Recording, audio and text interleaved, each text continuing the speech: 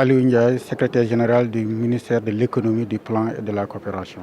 Tout à fait, c'était une rencontre très importante de partage sur un projet stratégique qu'on appelle ETER, qui a été conçu par le gouvernement du Sénégal en partenariat avec la Banque mondiale, qui a bien voulu nous accompagner pour un financement global de 62 milliards et quelques. Donc dans ce projet, il y a une sous-composante qui sera exécutée par le Fonds de garantie des investissements prioritaires avec d'un montant de 14 milliards et 5, avec une forte implication des systèmes financiers décentralisés.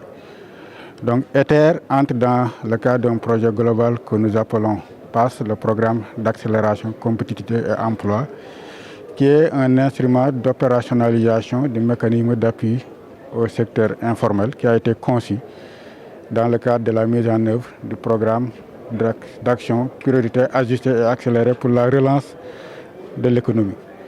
Donc c'est un programme qui vise à relancer l'économie nationale avec une forte implication de tous les acteurs, y compris les systèmes financiers décentralisés, qui, dans le cadre de ce projet ETER, devraient pouvoir accéder à des ressources avec le support du FONGIP pour appuyer des initiatives privées. Merci beaucoup. Le programme ETER a été conçu par le gouvernement du Sénégal et le bailleur qui l'a financé, c'est la Banque mondiale. Le montant qui concerne le FONGIP, c'est 25 milliards, dont 50% pour la garantie au niveau du système de financement décentralisé, les SFD, et les 50 autres % destinés au secteur formel, c'est à travers les banques.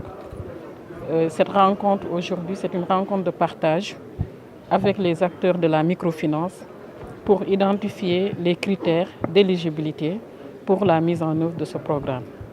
Pourquoi le projet? Je pense que M. le secrétaire général du ministère de l'économie l'a dit tout à l'heure. Nous sommes dans un contexte de la relance de l'économie. Il nous faut effectivement des outils, mais également des moyens pour accompagner le secteur formel et le secteur informel. Cette relance a été lancée par le chef de l'État à travers d'autres mécanismes, mais aujourd'hui, il faut juste comprendre que le FONGIP a un défi majeur. Ce défi majeur, c'est quoi? C'est d'accélérer les procédures, mais aussi faire comprendre aux acteurs le projet, comment ça va se passer et qui sera retenu pour la mise en œuvre, en tout cas des activités, et comment faire aussi pour accélérer la mise en œuvre, pour pouvoir mobiliser les ressources, parce que c'est un PIFORA. Et aujourd'hui, nous avons besoin d'une performance pour les SFD, mais également même pour les ressources humaines en interne. Et c'est la raison pour laquelle nous avons tenu cette première réunion pour les SFD et certainement il y aura d'autres réunions avec les acteurs du système bancaire. Bon, les critères d'éligibilité, pour le moment, il y a des critères qu'on peut considérer comme étant les critères généraux, que l'on soit une SFD, mais aussi qu'on ait une gouvernance, qu'on soit aussi apte à relever les défis de l'effet de levier. Là aussi, c'est extrêmement important. Et pour les critères spécifiques, ça quand même c'est des questions que nous allons discuter après. Et il y aura un processus également de validation avec tous les acteurs impliqués par le projet. Je l'ai rappelé tout à l'heure, c'est un projet que le gouvernement du Sénégal a mis en place pour accompagner le secteur de l'économie, formel comme informel. Et c'est 25 milliards pour le FONGIP, mais le coût global est de 65 milliards. Et nous avons d'autres structures comme le Fonds 6, l'ADPME, mais également d'autres acteurs qui sont impliqués. Et aujourd'hui, comme je l'ai dit tout à l'heure, le FONGIP a organisé cette rencontre en rapport avec les acteurs de la microfinance pour effectivement sensibiliser, mais expliquer l'objectif général du projet ETER envers ces acteurs-là. Donc, je ne sais pas si c'est bon pour vous, mais c'est ça l'idée globale pour le projet.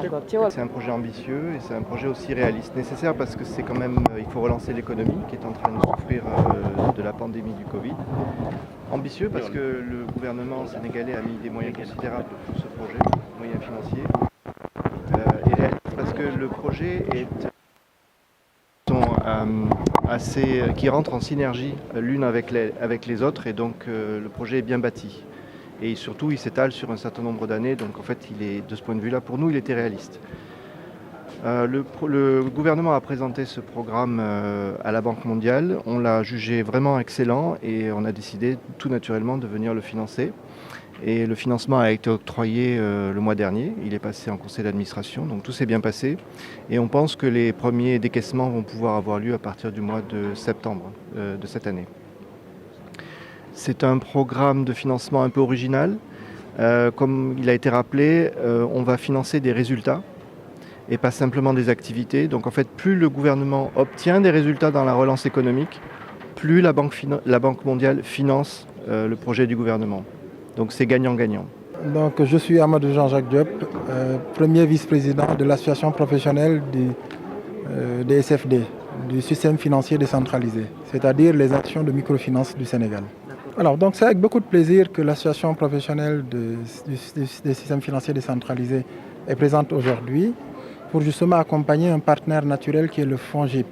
Et donc à travers ce programme qui est en train d'être déroulé, ce programme Ether, à travers lequel l'État du Sénégal a un partenariat avec avec le bailleur Banque mondiale, essaie d'aider à la relance de l'activité économique au Sénégal. Alors nous sommes très heureux d'être conviés à cette rencontre pour partager et envisager ensemble comment intervenir. Pourquoi? Parce que les SFD que nous sommes, notre domaine de prédilection, notre domaine d'intervention de prédilection, c'est ce secteur informel qui a été très très durement impacté par la crise de la Covid, où beaucoup d'acteurs ont vu leur activité carrément stoppée ou totalement ralentie à cause des impacts économiques difficiles. Donc si on a aujourd'hui un acteur comme le FONGIP qui souhaite aider à relancer, bien évidemment, nous y adhérons totalement parce que ça va dans le sens de ce que nous faisons naturellement tous les jours. Voilà, donc nous sommes totalement engagés à aider l'État du Sénégal à réaliser la relance économique qui est attendue par les acteurs. Je m'appelle Mme Faye Rokhaya Fall. Je suis la présidente du conseil d'administration de la mutuelle d'épargne et de crédit Synergie Femmes. Tout à fait. Nous y adhérons dans la mesure où c'est un projet porté par le FONGIP. Et le FONGIP est un partenaire de nous, les SFD, hors article 44, parce que nous travaillons dans l'inclusion financière. Nous sommes un système financier décentralisé avec des cibles en milieu rural. Et nous travaillons aussi avec les jeunes. Et dans le cadre de la relance de l'économie post-Covid, le FONGIP a eu à injecter des fonds dans le cadre de financement, ce qui nous a permis d'impulser nos porteurs de projets, aussi bien dans les secteurs stratégiques comme le maraîchage, l'horticulture et les entreprises formelles comme le secteur de l'éducation.